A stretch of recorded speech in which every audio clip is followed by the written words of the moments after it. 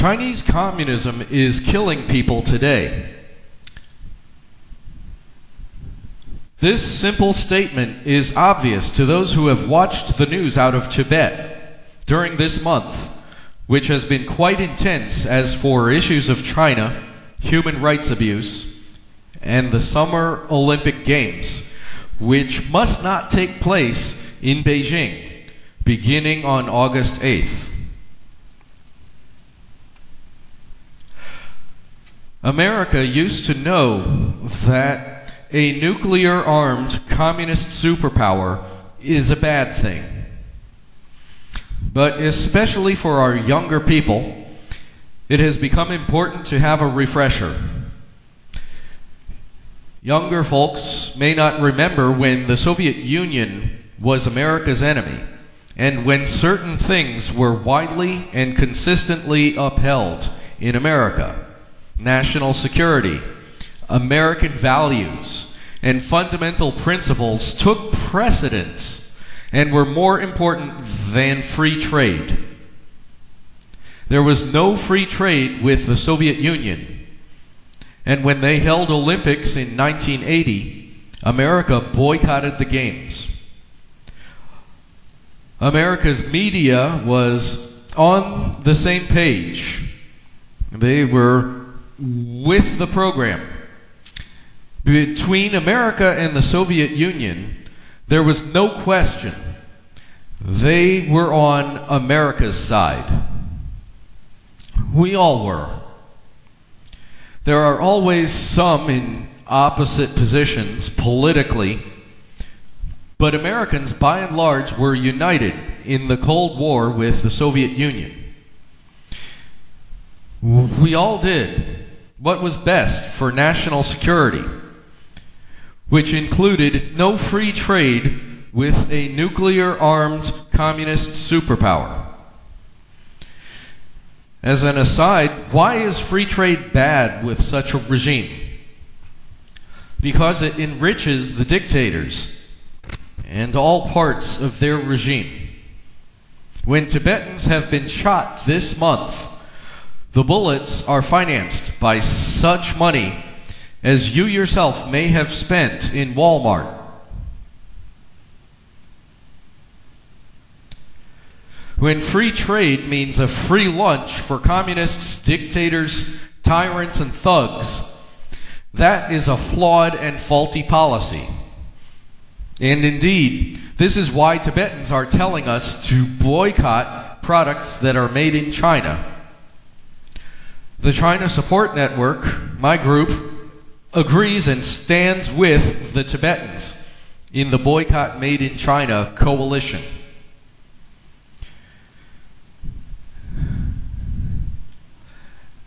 Dictatorships are only maintained by hurting people.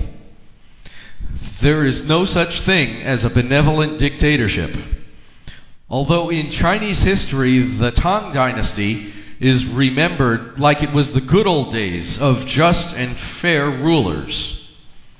Some Chinese would be happy to turn back the clock to the Tang Dynasty.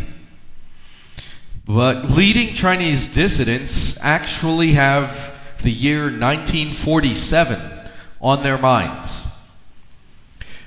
It is not literally possible to turn back the hands of time, but it would be possible to have a rollback of China's situation to 1947.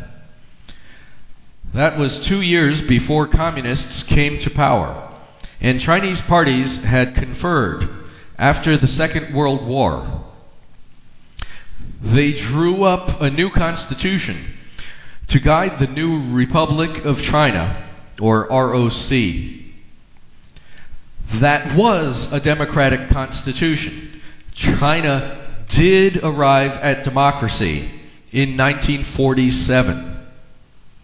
The entire reign of the Communist Party has been a rude interruption to Chinese democracy.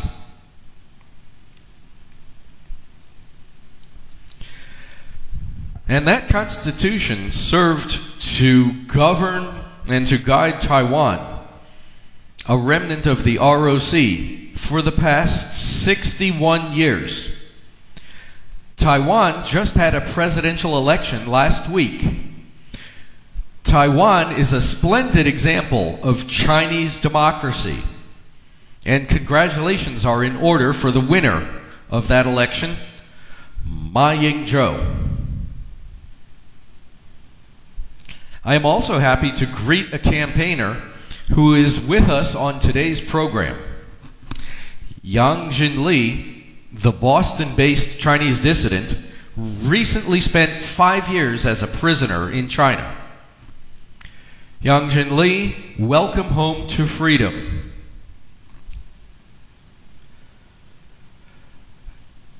And may freedom go with you on your next trip to China. Congratulations on one victory, and may more success come your way in the future. I'd say that America's young people already know that a nuclear-armed communist superpower is a bad thing. It's a dictatorship that is hurting and killing people. That's easy to learn, and it's plain to see. Who needs a reminder might be Washington, D.C. They have been absolutely remiss about communist China, its abuses, its spying, and its threats to national security.